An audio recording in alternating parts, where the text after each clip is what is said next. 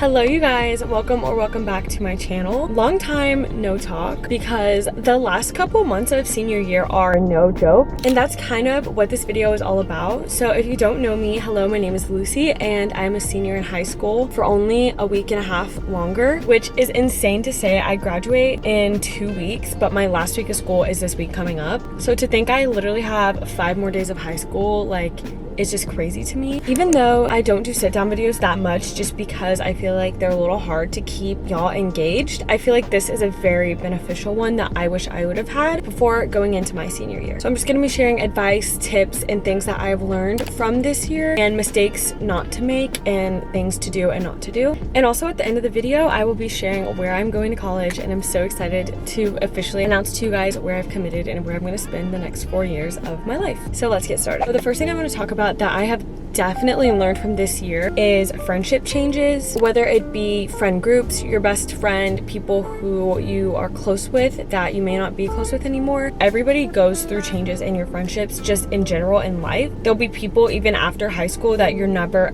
ever going to talk to again, and that's okay. And I think the hardest part is accepting that fact, because I started out freshman year with a giant friend group. Like, if you know, you know, we were a friend group of like 12. We did everything together. We always hung out. And as we got older, as we went into sophomore year and junior year and of course senior year, the group has progressively gotten smaller. And I feel like people kind of clicked. They went their own way. They went to other groups. There were some friends that stayed closer than others. Some people even moved schools. So I just think definitely accepting the fact that as you get older, your friend dynamic will change, and that's okay. And honestly, it's a good thing, because you can't just be with the same people your whole life. I know for me specifically this year, I have lost some people that I thought were truly like one of my best friends. I've refriended people. I don't even know if that's a word, like refriended, or just became closer with people that I used to be close with, took a break from, and now we kind of found ourselves back as we had time to mature. And for that, I'm also super grateful. I've even started talking to people that I would have never thought I would have been talking to or would even be this close to this time last year. And I'm so grateful for that, because they become people that I love and can rely on. I think my sole advice for that would also be to reach out to new people, because if I had stayed in that little friend group, I would have never been talking to the people that I would have been talking to now and be doing the things that I've gotten to do with them, go on trips or just hanging out in different ways. I think it's so good to just branch out of your bubble. I think that's kind of the main thing I'm trying to say is, one, definitely be okay with knowing that your friend group will change, your close friends will change. There will be people that you're still friends with but you may not be as close with, and that's fine.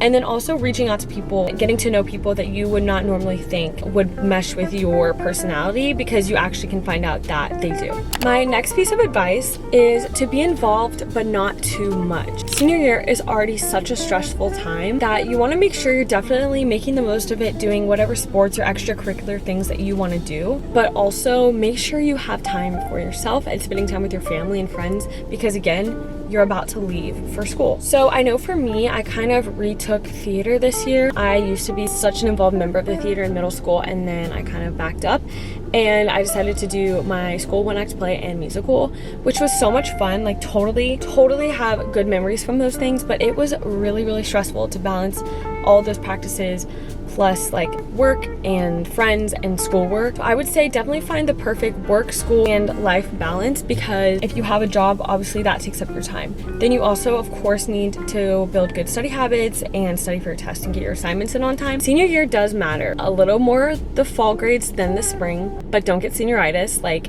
it does matter. So yeah, I would totally say do the sport that you've been wanting to do. Like for me, I always wanted to do the play, and I knew I would not forgive myself if I didn't just try. And it was super fun. We did Wizard of Oz, so it was a great like production to end on. Join clubs, do whatever you want to do, but also like really think about it, especially if you're taking AP classes. Think about how much time you're going to have to do everything, because you don't want to be stressed out. You don't want to just remember and look back at your senior year and think about how stressful it was. And that also kind of goes into just self-care. Prioritize self-care, whether that means taking some extra time at night to spend time with God, spend time with your family. Do a face mask, setting a timer for 15 minutes, closing your eyes, listening to music. I feel like that can be so therapeutic and just good for your mental health. So mentally and physically, take care of yourself. Prioritize the things that are important to you, even if it's 15 to 20 minutes a day. So another thing that I've definitely learned this year is to build good study habits and find ways that work for you, because in college, obviously be studying a lot. You're gonna have a lot of assignments, more than you're used to. So now's the time to experiment with what works best for you. So for me, even though I have a desk in my room, I feel I'm more productive when I work on the dining room table in my house. It's just what works better for me. I think I've done like 2 or 3 assignments on my desk in my room. I have really taken up coffee shop studying. I love it. I'm super productive because once I get there, I know I have something to do and I can't go home until I finish it. It's such a good feeling, like leaving the coffee shop knowing once you get home you have nothing else to do, and then you can spend time with family or FaceTime friends or do whatever you want to do. So I definitely recommend trying different study habits, different study places. It could be the library, a coffee shop, even like a park, and just finding out what works best for you, because then you'll know going into college what is the best way that you study and learn. I recommend definitely getting a good planner if you don't already have one. My absolute favorite holy grail planner are the Erin Condren like college planners or academic planners. I'll put a link in the description for the one I have. I've used it the last 2 years of high school, and I will definitely be getting one this year for college. I just love the way it's laid out. It has certain sections for projects and tests and quizzes and events. Personally, I love it. I turned my best friend Ellie onto it this year, so I totally recommend that planner, or just honestly any planner that works good for you. And then the last thing for study habits and just like honestly school and productivity in general, which I know we don't want to hear, but your phone is the biggest waste of time, especially when you're trying to study and get work done. Something that one of me and my friends do in study hall is we will literally switch phones. So I'll hand her my phone, she'll hand me her phone, and we'll have each other's phones on our desk, and we get so much work done. We'll even catch ourselves like picking it up and we're like, oh, that's not my phone, and then you just put it back and get back to what you were doing. Because it is the worst feeling knowing, especially like when my school gives us allotted times to do our homework, so we can like sign up to have periods where we can just do our homework, and it's the worst feeling when you feel like you've wasted the whole period on your phone and then you got nothing done. So I totally recommend switching phones with somebody. Give it to your mom. I would say screen time, but I feel like for some people that just doesn't work because you can just put in the password. But if that works for you, totally do screen time. And then just think about, not only is it better for your attention span, but then once it's done, it gets done faster, then you have time to scroll or whatever you're doing on your phone. And then the last little piece of like high school advice before I start talking about college, this might just be personal, but I'm gonna go ahead and just say it. For prom, you do not need to get your hair and makeup done. You are already spending so much money on your dress, your shoes, if you're getting like a limo or some form of transportation. I got my hair and makeup done for my junior year, and then I did my hair and makeup this year for my senior year, and honestly, I loved it the same. I think I spent like $50 just getting new concealer and new foundation, but other than that, I already had everything.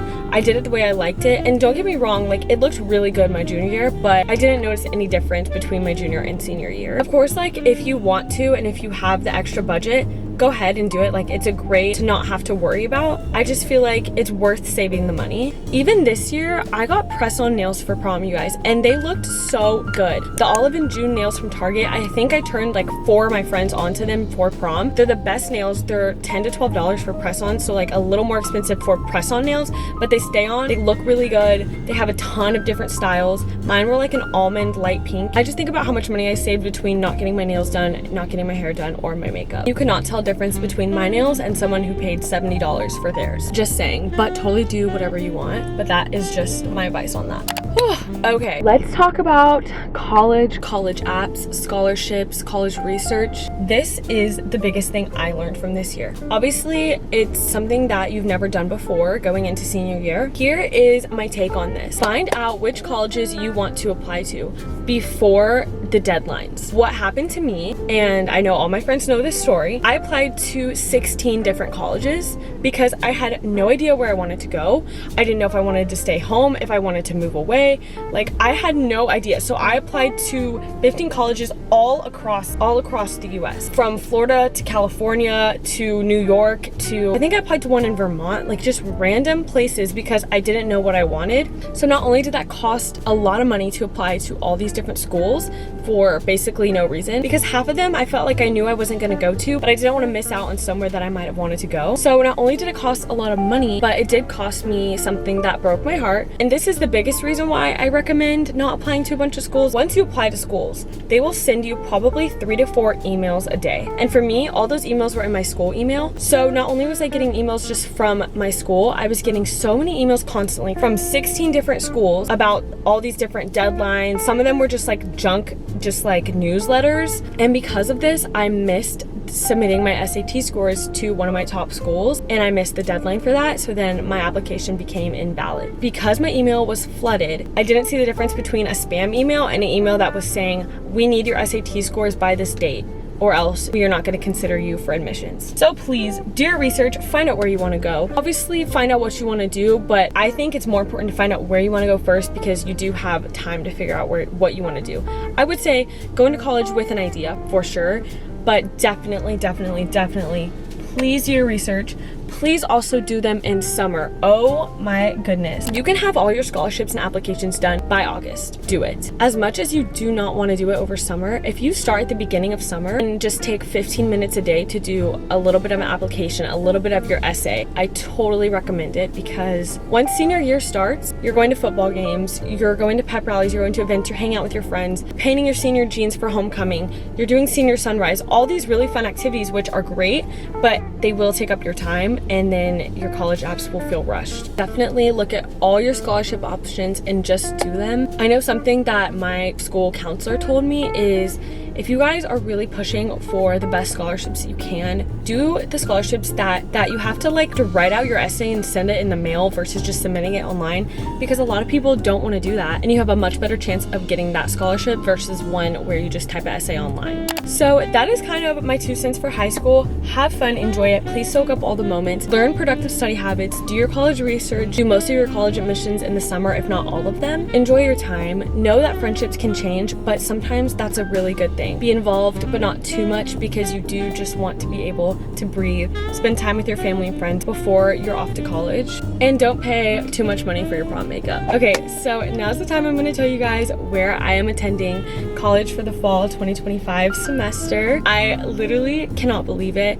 College decisions and admissions were the worst nightmare of my life. I think half of it was because I didn't do my research, and then the other half was just trying to figure out where I want to go, which is why I'm pushing heavy on definitely do your research. After a lot of consideration, a lot of thinking, a lot of talking with my family and talking with my friends, oh my gosh, I can't, I'm so excited. I will be attending the University of Hawaii at Manoa. That's just, it's so weird to say out loud. It feels so surreal. I'm so beyond excited. I cannot believe I am going so far, but I am so excited. I'm so excited for all the vlogs, all the content that I'm gonna get to create in Hawaii. If you guys don't know, I went to Hawaii in middle school and I fell in love with it. I have a little video of me saying, I wanna move to Hawaii, I wanna come back, it's my dream vacation, even though I've already been on it. Something about it felt like home, and I cannot wait to live there for the next 4 years. Again, I can't wait for all the videos, all the vlogs, moving in videos, dorm room, there's so much exciting things happening. Definitely subscribe, because this is gonna be the craziest journey I've ever taken. Moving so far away from everyone that I love to start my own little life. So yeah, I am so excited. My next video will be my friends reacting to where I'm going. A lot of them know I was considering Hawaii, but didn't know that I actually chose it. It was a hard decision for me and my family, and I'm so grateful for my parents and my family that have decided to send me here and have supported me in following my dreams of attending college in Hawaii. So stay tuned for the friend reaction video, and of course,